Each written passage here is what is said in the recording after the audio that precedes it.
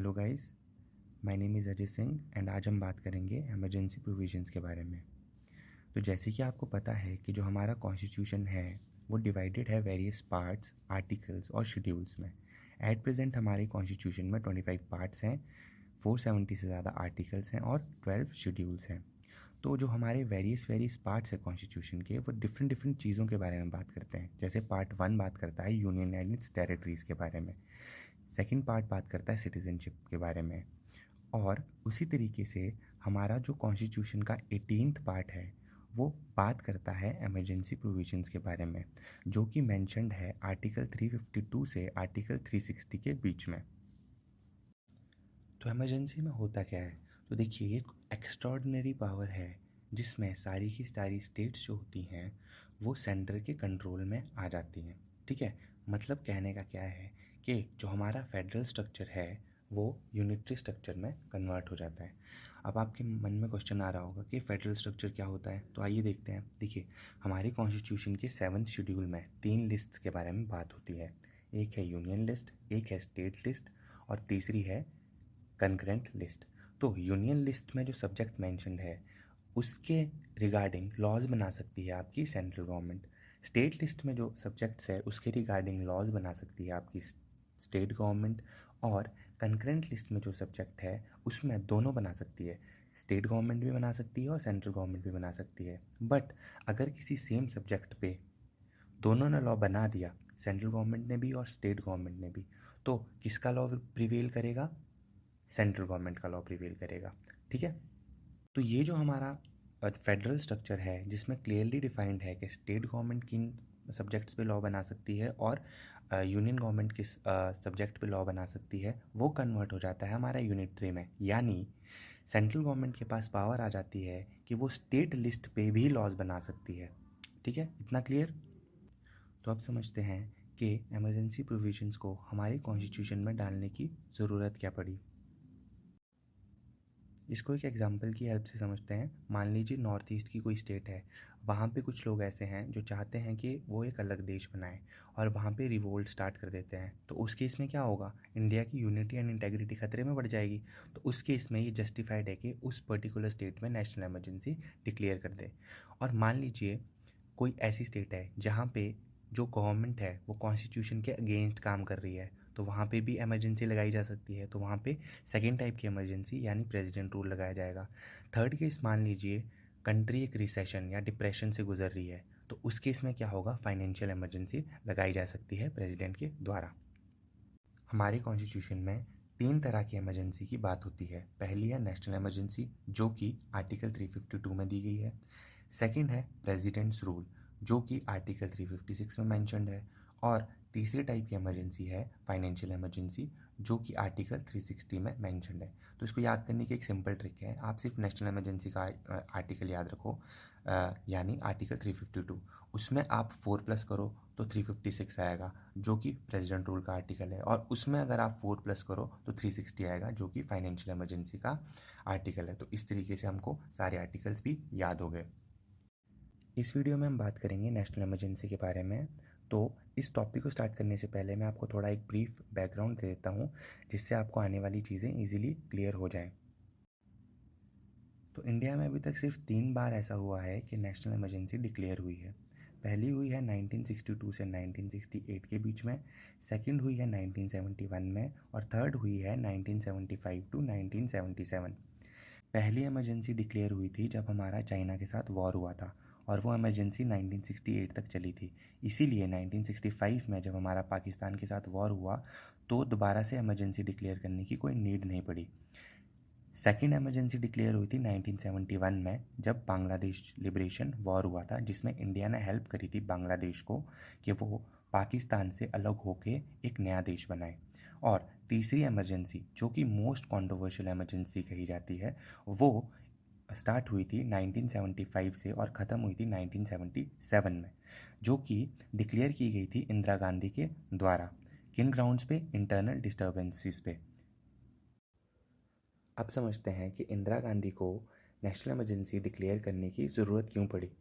तो क्या हुआ था कि जून 1975 में इलाहाबाद हाई कोर्ट ने इंदिरा गांधी को करप्ट प्रैक्टिसेस इन इलेक्शंस के चलते उनके पब्लिक ऑफिस यानी प्राइम मिनिस्ट्रियलशिप से डिस्क्वालीफाई कर दिया था और उन्हें कहा था कि अब आप आने वाले 6 सालों तक कोई भी पब्लिक ऑफिस होल्ड नहीं कर सकती हैं।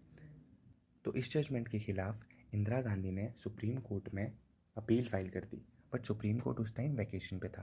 तो जैसे ही ये बात कि इंदिरा गांधी को उनके पब्लिक ऑफिस से डिस्क्वालीफाई कर दिया गया है ऑपोजिशन को पता चली, तो उन्होंने उनके रेजिग्नेशन की डिमांड स्टार्ट कर दी और पूरे इंडिया में उनके खिलाफ वाइड स्प्रेड एजिटेशन स्टार्ट हो गए। तो इन्हीं को मद्देनज़र रखते हुए इंदिरा गांधी ने 25 जून 1975 की रात को प्रेसिडेंट को एक लेटर लिखा जिसमें उन्होंने उनसे कहा कि नेशनल इमरजेंसी डिक्लेयर कर दीजिए। जैसे ही नेशनल इमरजेंसी डिक्लेयर हुई, इंदिरा गांधी ने सारे अपोजिशन मेंबर्स को, मैक्सिमम उनमें से जितने भी अपोजिशन मेंबर्स थे उनको जेल में डाल दिया और wide spread human right violation start हो गई। फॉर एग्जांपल, फैमिली प्लानिंग के अंतर्गत लोगों को ज़बरदस्ती उठा के उनकी स्टेरिलाइजेशन करवाई गई, ज़बरदस्ती जेलों में डाल दिया गया, ठीक है। और उन्होंने कॉन्स्टिट्यूशन को अमेंड करना स्टार्ट कर दिया, ठीक है। तो उन्होंने लाई 42nd कॉन्स्टिट्यूशनल अमेंडमेंट एक्ट 1976, जिसके तहत उन्होंने कॉन्स्टिट्यूशन में इतनी अमेंडमेंट करी कि इस पर्टिकुलर अमेंडमेंट को, 42nd कॉन्स्टिट्यूशनल अमेंडमेंट को, मिनी कॉन्स्टिट्यूशन ऑफ इंडिया भी बोला जाता है। तो नेशनल इमरजेंसी ख़त्म होती है 1977 में, टू बी प्रिसाइज 27 मार्च 1977 को इमरजेंसी ख़त्म होती है और फ्रेश इलेक्शंस होते हैं जिनमें इंदिरा गांधी हार जाती हैं और एक नई पार्टी जनता पार्टी सरकार बनाती है। किसकी लीडरशिप के अंदर? मोरारजी देसाई की लीडरशिप के अंदर। तो जनता पार्टी ये एश्योर करती है कि इमरजेंसी लगाना आने वाली सरकारों के लिए थोड़ा टफ बना दिया जाए, इसीलिए वो 44th कॉन्स्टिट्यूशनल अमेंडमेंट एक्ट 1978 को लेके आती है, जिसमें सेफगार्ड ऐड किए जाते हैं ताकि इस प्रोविज़न का मिसयूज़ ना किया जाए। तो अब हम पढ़ेंगे कि इमरजेंसी डिक्लेयर कौन करता है, कब डिक्लेयर करता है, किन ग्राउंड्स पे डिक्लेयर करता है, यानी रीजंस क्या होंगे जिन बेसिस पे इमरजेंसी डिक्लेयर हो सकती है, और क्या पार्लियामेंट का अप्रूवल लेना ज़रूरी है। अगर अप्रूवल लेना ज़रूरी है तो कितने टाइम पे उनका अप्रूवल लेना ज़रूरी है। अगर इमरजेंसी को हटाना है तो उसके लिए क्या प्रोसीजर है वो भी हम देखेंगे। इमरजेंसी का इफ़ेक्ट क्या होता है आपकी लाइफ ऑफ लोकसभा और स्टेट लेजिस्लेटिव असेंबली पे, वो भी देखेंगे। फंडामेंटल राइट्स पे क्या असर पड़ता है वो भी देखेंगे। सेंटर स्टेट रिलेशनशिप पे क्या असर पड़ता है वो भी देखेंगे। हम डिफरेंस देखेंगे कि आर्टिकल 358 और 359 में क्या डिफरेंस है, ठीक है। और ये तो हम देख ही चुके हैं कि कितनी बार अभी तक इमरजेंसी लगी है। और लास्ट में हम देखेंगे कि सेफ गार्ड जो कि जनता पार्टी गवर्नमेंट ने लाए थे 44th कॉन्स्टिट्यूशनल अमेंडमेंट एक्ट 1978 से, जो हमने अभी थोड़ी देर पहले पढ़ा, वो क्या सेफ गार्ड्स थे, ठीक है। तो लेट्स स्टार्ट। तो देखते हैं कि नेशनल इमरजेंसी डिक्लेयर कौन करता है और कब डिक्लेयर करता है। डिक्लेयर करता है प्रेसिडेंट। कब डिक्लेयर करता है? When the security of India और a part of it is threatened by war, external aggression and armed rebellion. तो अगर ये तीन कंडीशन मीट होती है, या तो वॉर हो, या तो एक्सटर्नल एग्रेशन हो, या आर्म्ड रिबेलियन हो। जैसे कि वॉर का एग्जांपल है, अगर मान लो हमारा पाकिस्तान के साथ वॉर हो जाता है तो भी नेशनल इमरजेंसी डिक्लेयर हो सकती है। एक्सटर्नल एग्रेशन है, मान लो कोई कंट्री हमारे पे अटैक कर रही है बट हमने अभी तक उसके साथ वॉर डिक्लेयर नहीं किया है, ठीक है, तब भी डिक्लेयर हो सकता है। और तीसरा केस है आर्म्ड रिबेलियन। आर्म्ड रिबेलियन, मान लो कोई स्टेट है, वहाँ पे लोग आर्म्स लेके इकट्ठा हो जाते हैं, यानी हथियार लेके इकट्ठा हो जाते हैं और मांग करते हैं कि हमें अलग स्टेट चाहिए या अलग ही कंट्री चाहिए, ठीक है। तो वहाँ पे भी क्या हो सकता है? नेशनल इमरजेंसी को डिक्लेयर किया जा सकता है। और प्रेसिडेंट ये तीन चीज़ें होने से पहले भी इमरजेंसी डिक्लेयर कर सकता है if he is satisfied that there is an imminent danger. मतलब अगर कहीं से उनको इन्फॉर्मेशन मिलती है, मान लो रॉ या आईबी उनको कोई इन्फॉर्मेशन देता है कि इन तीन चीज़ों में से कोई चीज़ होने वाली है, तो प्रेसिडेंट क्या कर सकता है? इमरजेंसी डिक्लेयर कर सकता है। तो अब समझते हैं कि ये पूरी प्रोसेस होती कैसे है। देखिए, कैबिनेट जो होती है वो रिटर्न एडवाइस देती है किसको? प्रेसिडेंट को, और प्रेसिडेंट डिक्लेयर कर देते हैं इमरजेंसी, यानी प्रोक्लेमेशन ऑफ इमरजेंसी वो डिक्लेयर कर देते हैं, ठीक है। उसके बाद ये जो प्रोक्लेमेशन ऑफ इमरजेंसी है ये जाता है किसके पास? पार्लियामेंट के पास, अप्रूवल और डिसअप्रूवल के लिए। अगर पार्लियामेंट इसको अप्रूव करती है तो इमरजेंसी चलेगी, अगर इसको डिसअप्रूव करती है तो इमरजेंसी ख़त्म हो जाएगी। तो पहले जो ये पावर होती थी प्रेसिडेंट को एडवाइस देने की, वो सिर्फ प्राइम मिनिस्टर के पास होती थी। यानी अगर सिर्फ प्राइम मिनिस्टर बोले कि इमरजेंसी डिक्लेयर करनी है तो प्रेसिडेंट डिक्लेयर कर देता था, जैसे कि 1975 में इंदिरा गांधी ने किया था। बट जब जनता पार्टी आई तो उन्होंने 44th कॉन्स्टिट्यूशनल अमेंडमेंट लाई, जिससे रिटर्न रिकमेंडेशन ऑफ कैबिनेट को कंपलसरी कर दिया। अब प्राइम मिनिस्टर अगर चाहे तो वो सिर्फ खुद से प्रेसिडेंट को रिकमेंड नहीं कर सकता नेशनल इमरजेंसी लगाने के लिए, उसको कैबिनेट से भी परमिशन लेनी पड़ेगी, और कैबिनेट एक रिटर्न एडवाइस देगी प्रेसिडेंट को कि नेशनल इमरजेंसी डिक्लेयर की जाए। अब देखते हैं किन ग्राउंड्स पे नेशनल इमरजेंसी लग सकती है। तो इनके बारे में हम ऑलरेडी डिस्कस कर चुके हैं पहले भी, ठीक है। तो इमरजेंसी देखिए दो टाइप की होती है। नेशनल इमरजेंसी जो होती है वो दो टाइप की होती है, एक एक्सटर्नल इमरजेंसी और एक इंटरनल इमरजेंसी। तो एक्सटर्नल इमरजेंसी के जो ग्राउंड्स हैं वो है वॉर या एक्सटर्नल एग्रेशन। मैंने बताया था वॉर अगर पाकिस्तान के साथ हो जाए, एक्सटर्नल एग्रेशन अगर कोई हम पे बाहर से अटैक कर रहा है बट हमने उसके साथ अभी वॉर डिक्लेयर नहीं किया है, ठीक है। तो ये एक्सटर्नल इमरजेंसी के ग्राउंड्स है। अब देखेंगे कि इंटरनल इमरजेंसी के ग्राउंड्स क्या है। इंटरनल इमरजेंसी का ग्राउंड है आर्म्ड रिबेलियन, कि अगर कोई स्टेट में कोई लोग अगर आर्म्स लेके इकट्ठा हो जाए और देश से अलग होने की बात करें तो वहाँ पे क्या लगाया जा सकता है, नेशनल इमरजेंसी। उसको क्या कहा जाएगा, इंटरनल इमरजेंसी। इससे पहले जो था वो एक वर्ड यूज़ होता था इंटरनल डिस्टर्बेंस, ठीक है। तो ये बहुत ही ना वेग टर्म था। इसी को ग्राउंड बना के इंदिरा गांधी ने 1975 में इमरजेंसी डिक्लेयर करी थी। तो ये बहुत वेग टर्म है, इसके मल्टीपल इंटरप्रिटेशन निकल सकते हैं। तभी जब जनता पार्टी गवर्नमेंट आई, इस टर्म को इंटरनल डिस्टर्बेंस को रिप्लेस कर दिया गया नए वर्ड से, जिसको कहा जाता है आर्म्ड रिबेलियन। अब ये बिल्कुल स्पेसिफाइड हो गया कि आर्म्ड रिबेलियन, अगर कोई हथियार लेके देश से अलग होने की बात करता है तब ही इंटरनल इमरजेंसी लगाई जा सकती है, अदरवाइज इंटरनल इमरजेंसी नहीं लगाई जा सकती। अब देखिए प्रेसिडेंट ने प्रोक्लेमेशन ऑफ इमरजेंसी कर दी है, ठीक है। तो हमने बताया था कि जब प्रोक्लेमेशन ऑफ इमरजेंसी हो जाएगी उसके बाद वही प्रोक्लेमेशन कहाँ पे जाएगी, पार्लियामेंट में जाएगी अप्रूवल, फर्दर अप्रूवल के लिए या डिसअप्रूवल के लिए। तो हम अब देखते हैं कि पार्लियामेंट अगर उसको अप्रूव करता है तो उसका प्रोसीजर क्या रहता है। तो देखिए यहाँ पे लिखा गया है, every resolution approving the proclamation of national emergency and its continuance must be passed by either house of the parliament. इसका मतलब ये है कि अगर आपको नेशनल इमरजेंसी लगानी है या फिर उसकी अवधि को बढ़ाना है, यानी उसको कंटिन्यू करना है और आगे, तो उसको आपको पार्लियामेंट में अप्रूव कराना ही पड़ेगा। किसी भी हाउस में करा सकते हो, या फिर लोकसभा में या राज्यसभा में।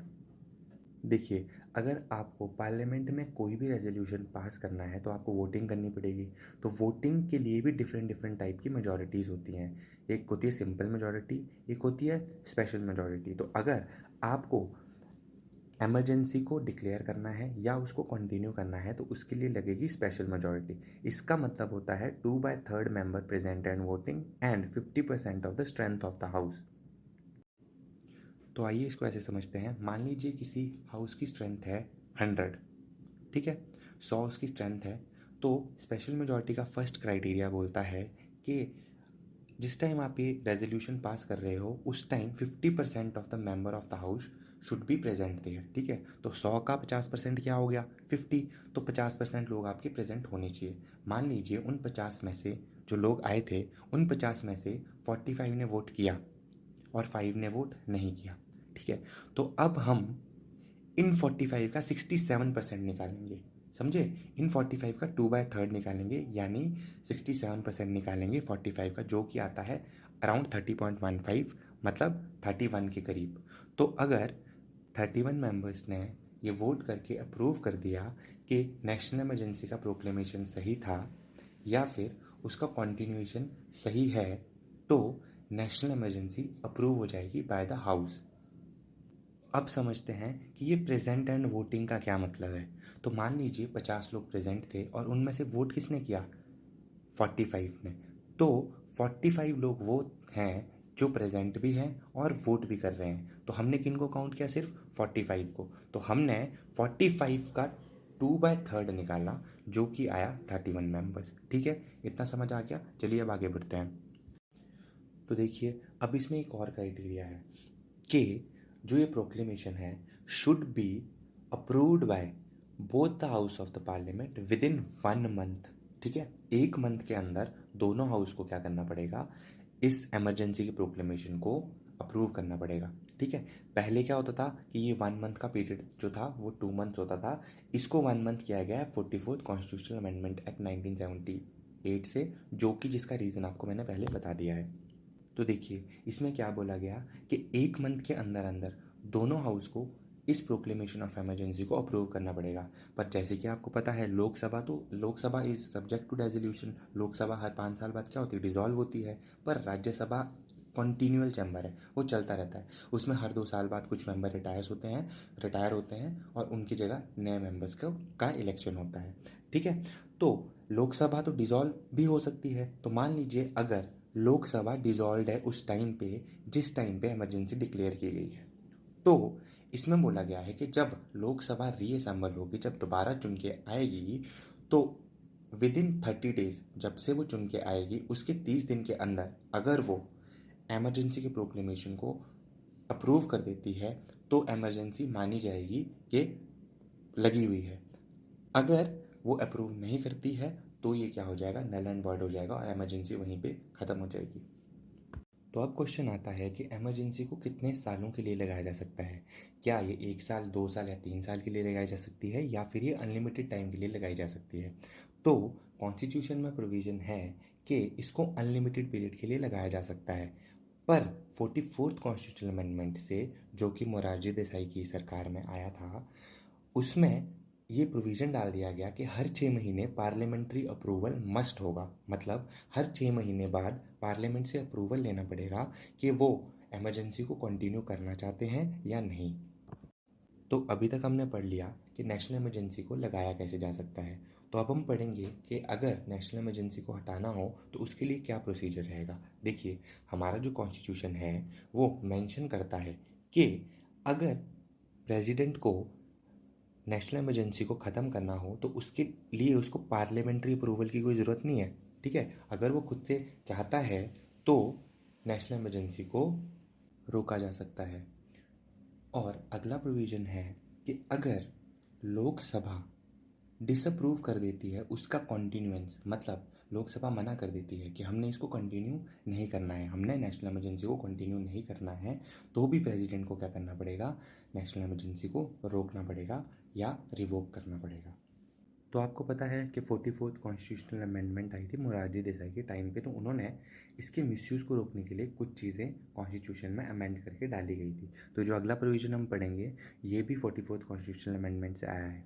तो इसमें कहा गया है कि अगर 1/10 मेंबर ऑफ द लोकसभा, यानी 10% member of the Lok Sabha written notice देते हैं स्पीकर को, ठीक है, कि हमने इमरजेंसी को डिसअप्रूव करना है, या फिर अगर लोकसभा सेशन में नहीं है तो वो प्रेसिडेंट को दे देते हैं रिटर्न लेटर, तो स्पेशल सिटिंग बुलानी पड़ेगी 14 दिन में, जिसमें ये डिस्कस होना चाहिए कि क्या वो नेशनल इमरजेंसी को कंटिन्यू करना चाहते हैं या नहीं, क्या पार्लियामेंट नेशनल इमरजेंसी को कंटिन्यू करना चाहती है या नहीं। फिर उस सेशन में ये डिसाइड किया जाएगा।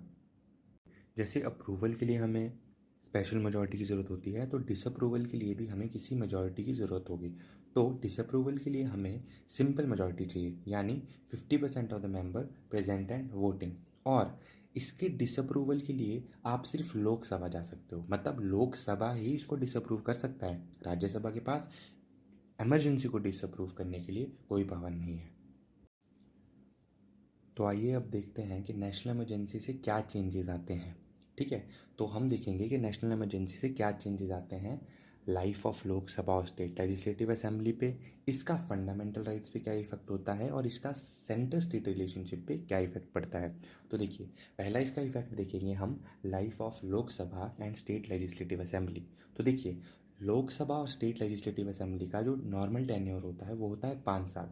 ठीक है, तो नेशनल इमरजेंसी अगर कहीं पे लगी है तो इन दोनों का ही, यानी स्टेट लेजिस्लेटिव असेंबली और लोकसभा का टर्म हम 1 साल बढ़ा सकते हैं एक टाइम पे। ठीक है, मतलब एक टाइम पे हम सिर्फ इसको 1 साल ही आगे बढ़ा सकते हैं। ठीक है, यानी 2022 में अगर इमरजेंसी लगी तो 2023 तक ही बढ़ा सकते हैं। हाँ, अगर हमको इसको 2023 में और बढ़ाना हो तो 1 साल और 2024, इस तरीके से एक एक साल के इंटरवल में इसको हम बढ़ा सकते हैं। अगला प्रोविज़न बोलता है कि जो आप स्टेट लेजिस्लेटिव असेंबली और लोकसभा की जो एक्सटेंशन है उसको 6 महीने से ज़्यादा नहीं बढ़ा सकते अगर नेशनल इमरजेंसी जो है वो ख़त्म हो चुकी है। मान लीजिए आज नेशनल इमरजेंसी ख़त्म हो जाती है 2023 के जनवरी में, मान लीजिए हम जनवरी में बात कर रहे हैं और जनवरी में नेशनल इमरजेंसी ख़त्म हो जाती है, तो जनवरी से 6 महीने देखे जाएंगे। उस इंटरवल तक ही हाउस की लेंथ को बढ़ाया जा सकता है। उसके बाद आपको क्या कराने पड़ेंगे, इलेक्शंस करवाने पड़ेंगे। चलिए तो अब डिस्कस करते हैं कि नेशनल इमरजेंसी का फंडामेंटल राइट्स पे क्या असर पड़ता है। तो इस बारे में हमारे कॉन्स्टिट्यूशन में 2 आर्टिकल्स में मेंशन्ड है, आर्टिकल 358 और आर्टिकल 359। आर्टिकल 358 ये बोलता है कि अगर नेशनल इमरजेंसी डिक्लेयर की जाए वॉर या एक्सटर्नल एग्रेशन के बेस पे, मतलब एक्सटर्नल इमरजेंसी डिक्लेयर की जाए, तो उस केस में जो आर्टिकल 19 है उसके अंदर जितने भी राइट्स हैं, 6 जो फंडामेंटल राइट्स की आर्टिकल 19 बात करता है वो ऑटोमेटिकली सस्पेंड हो जाएंगे। और आर्टिकल 358 ये भी बोलता है कि अगर नेशनल इमरजेंसी डिक्लेयर हो on the ground of war and external aggression, उस केस में स्टेट लॉज बना सकता है, कोई भी लॉज बना सकता है जिससे आपके जो फंडामेंटल राइट्स हैं, 6 फंडामेंटल राइट्स हैं आर्टिकल 19 के अंदर, उनको लिया जा सकता है आपसे। ठीक है, और आप उन लॉज को चैलेंज करने के लिए किसी कोर्ट में नहीं जा सकते। नॉर्मल सर्कमस्टांसिस में ये होता है कि अगर आपके फंडामेंटल राइट को कोई वायलेट करता है तो आर्टिकल 32 के अंतर्गत आप डायरेक्टली सुप्रीम कोर्ट जा सकते हो अपने फंडामेंटल राइट को एनफोर्स कराने। बट अगर सेंट्रल गवर्नमेंट ने कोई लॉज बना दिए जो आपके फंडामेंटल राइट्स को लेते होंगे नेशनल इमरजेंसी के टाइम में, तो they can not be questioned in any court of law. But supreme court ने आगे जाके ये कहा था कि ऐसे लॉज जो नेशनल इमरजेंसी से रिलेटेड ही होंगे वही इम्यून रहेंगे इस चीज़ से, बाकी लॉज जो नेशनल इमरजेंसी से रिलेटेड नहीं होंगे उनको क्वेश्चन किया जा सकता है कोर्ट ऑफ लॉ में। चलिए अब बात करते हैं आर्टिकल 359 की। तो आर्टिकल 359 प्रेसिडेंट को ये पावर देता है कि वो कोई ऑर्डर इशू कर सकता है जिससे आपके कोई भी फंडामेंटल राइट्स लिए जा सकते हैं एक्सेप्ट आर्टिकल 20 और 21। आर्टिकल 20 और 21 में जो आपके राइट्स मेंशन्ड है उनको आपसे नहीं लिया जा सकता। बाकी प्रेसिडेंशियल ऑर्डर से कोई भी राइट्स आपसे लिए जा सकते हैं, यानी आपके फंडामेंटल राइट्स आपसे लिए जा सकते हैं। आर्टिकल 20 बात करता है protection in respect of conviction for offences के बारे में, और आर्टिकल 21 बात करता है protection of life and personal liberty के बारे में। तो ये राइट्स आपसे नहीं लिए जा सकते, बाकी कोई भी राइट प्रेसिडेंशियल ऑर्डर से आपसे लिए जा सकते हैं नेशनल इमरजेंसी के टाइम पे। और अगला पॉइंट है वही कि स्टेट कोई भी लॉ बना सकता है जिससे वो आपके फंडामेंटल राइट्स ले सकता है एक्सेप्ट कौन से आर्टिकल्स, 20 एंड 21। ठीक है, तो यहाँ पे एक इम्पॉर्टेंट पॉइंट है कि आर्टिकल 358 के अंदर तो एक्सटर्नल इमरजेंसी में ही आपके राइट्स लिए जा सकते हैं, बट आर्टिकल 359 के अंदर दोनों केस में आपके राइट लिए जा सकते हैं, इंटरनल इमरजेंसी के केसेस में भी और एक्सटर्नल इमरजेंसी के केस में भी। अगला पॉइंट बोलता है when president's order ceases to operate any law so made inconsistent with fundamental rights ceases to operate. जैसे ही प्रेसिडेंट का ऑर्डर ख़त्म हो जाएगा वैसे ही जो भी लॉ बनाया गया है जो फंडामेंटल राइट को वायलेट करता है वो भी ख़त्म हो जाएगा। और अगर कोई लॉ बनाया गया है नेशनल इमरजेंसी के टाइम में तो आपके पास कोई रेमेडी नहीं है कोर्ट में जाने की, बट वही जैसा पिछले में डिस्कस किया था कि laws relating to national emergency only वही देखे जाएंगे लॉज। नेशनल इमरजेंसी के अलावा अगर कोई लॉज बनाए गए हैं नेशनल इमरजेंसी के टाइम में ही तो उनको क्वेश्चन किया जा सकता है by the court of law. तो अब हम पढ़ेंगे कि नेशनल इमरजेंसी का सेंटर स्टेट रिलेशनशिप पे क्या इफेक्ट पड़ता है। ठीक है, तो इसको हम 3 हेड्स के अंदर डिस्कस करेंगे कि एग्जीक्यूटिव रिलेशंस पे क्या फ़र्क पड़ता है, लेजिस्लेटिव रिलेशंस पे क्या फ़र्क पड़ता है और फाइनेंशियल रिलेशनशिप पे क्या फ़र्क पड़ता है। तो आइए डिस्कस करते हैं एग्जीक्यूटिव रिलेशंस पे क्या असर पड़ता है। तो इसमें पहला पॉइंट है कि executive power of centre extend directly to any state. मैंने आपको बताया था कि फेडरल स्ट्रक्चर यूनिटरी में कन्वर्ट हो जाता है तो सारी की सारी जो एग्जीक्यूटिव पावर है वो किसके पास आ जाती है, सेंटर के पास आ जाती है। अब इसमें क्या होता है कि कंप्लीट कंट्रोल आ जाता है सेंटर का, किस पे, स्टेट पे। बट स्टेट जो एग्जीक्यूटिव होता है वो सस्पेंड नहीं होता, यानी जो काउंसिल ऑफ मिनिस्टर्स है स्टेट में उनको सस्पेंड नहीं किया जाता, वो ऑपरेटिव रहते हैं। ठीक है, तो ये इंपॉर्टेंट पॉइंट है कि वो ऑपरेटिव रहते हैं, उनको सस्पेंड नहीं किया जाता। तो अब देखते हैं कि लेजिस्लेटिव पावर्स में क्या चेंज आते हैं। तो पहला चेंज आता है कि पार्लियामेंट के पास पावर आ जाती है कि वो स्टेट लिस्ट में, जो कि 7th शेड्यूल में मेंशन है, उसमें जो सब्जेक्ट मेंशन है उन पे लॉज बना सकती है। जो स्टेट लेजिस्लेचर है उनको सस्पेंड नहीं किया जाता, उसको ख़त्म नहीं किया जाता, पर ओवरराइडिंग पावर आ जाती है आपकी पार्लियामेंट के पास। यानी अगर स्टेट लिस्ट पे स्टेट लेजिस्लेचर कोई लॉ बनाता है और पार्लियामेंट भी उस पर कोई लॉ बनाता है, तो पार्लियामेंट ओवरराइड कर जाएगा उसके लॉ पे, मतलब स्टेट लेजिस्लेचर के लॉ को मान्य नहीं माना जाएगा और पार्लियामेंट के जो लॉ है उसको मान्य माना जाएगा। ठीक है, और थर्ड चीज़ इसमें है कि प्रेसिडेंट के पास ऑर्डिनेंस मेकिंग पावर आ जाती है। जो प्रेसिडेंट है वो आपका ऑर्डिनेंस इशू कर सकता है स्टेट लिस्ट के किसी भी सब्जेक्ट्स में। और ऑर्डिनेंस मेकिंग पावर के लिए कौन सा आर्टिकल होता है? आर्टिकल 123। अब हम डिस्कस करते हैं कि नेशनल इमरजेंसी के टाइम फाइनेंशियल रिलेशंस कैसे चेंज होते हैं। तो इसमें प्रेसिडेंट के पास पावर आ जाती है कि रेवेन्यू डिस्ट्रीब्यूशन जो सेंटर और स्टेट के बीच में होता है उसको प्रेसिडेंट मॉडिफाई कर सकता है। ठीक है, और प्रेसिडेंट क्या कर सकता है कि जो सेंटर जो स्टेट को ग्रांट्स देता है उसको या तो कम कर सकता है या फिर उसको कैंसिल भी कर सकता है। ठीक है, तो ये कुछ चेंजेस आते हैं जो सेंटर स्टेट रिलेशनशिप में आते हैं नेशनल इमरजेंसी के टाइम में, और बाकी भी हैं, ये आप यहाँ पे पढ़ लीजिएगा। तो देखिए, मैंने आपको स्टार्टिंग में बताया था कि जब इंदिरा गांधी ने इमरजेंसी लगाई थी उसके बाद वाले इलेक्शंस में वो बुरी तरह से हार गई थी और उसके बाद जनता पार्टी गवर्नमेंट आई थी। तो जनता पार्टी गवर्नमेंट ने लाया था 44th कॉन्स्टिट्यूशनल अमेंडमेंट एक्ट 1978, जिससे कुछ सेफगार्ड्स डाले गए थे ताकि नेशनल इमरजेंसी का मिसयूज़ फ्यूचर गवर्नमेंट्स ना कर पाए। तो अब हम उन सेफगार्ड्स की बात करेंगे कि वो क्या क्या सेफगार्ड्स थे जो जनता पार्टी गवर्नमेंट ने कॉन्स्टिट्यूशनल अमेंडमेंट से कॉन्स्टिट्यूशन में डाले थे।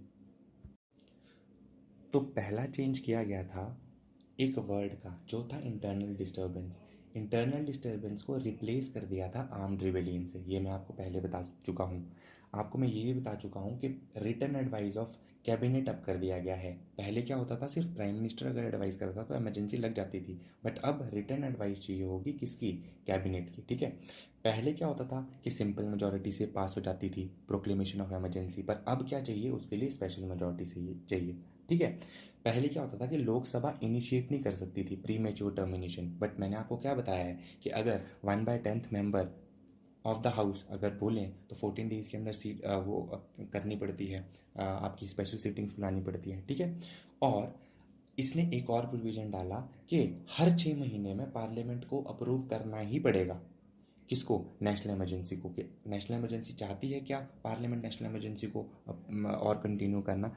अगला पॉइंट है कि पहले प्रेसिडेंट के पास पावर थी इमरजेंसी को हटाने की, पर अब किसके पास कंट्रोल आ गया है? लोकसभा के पास। लोकसभा भी चाहे तो सिंपल मेजोरिटी से आपकी रेवोकेशन कर सकती है किसकी? नेशनल इमरजेंसी की। सो गाइस, आज के लिए इतना ही। Thank you.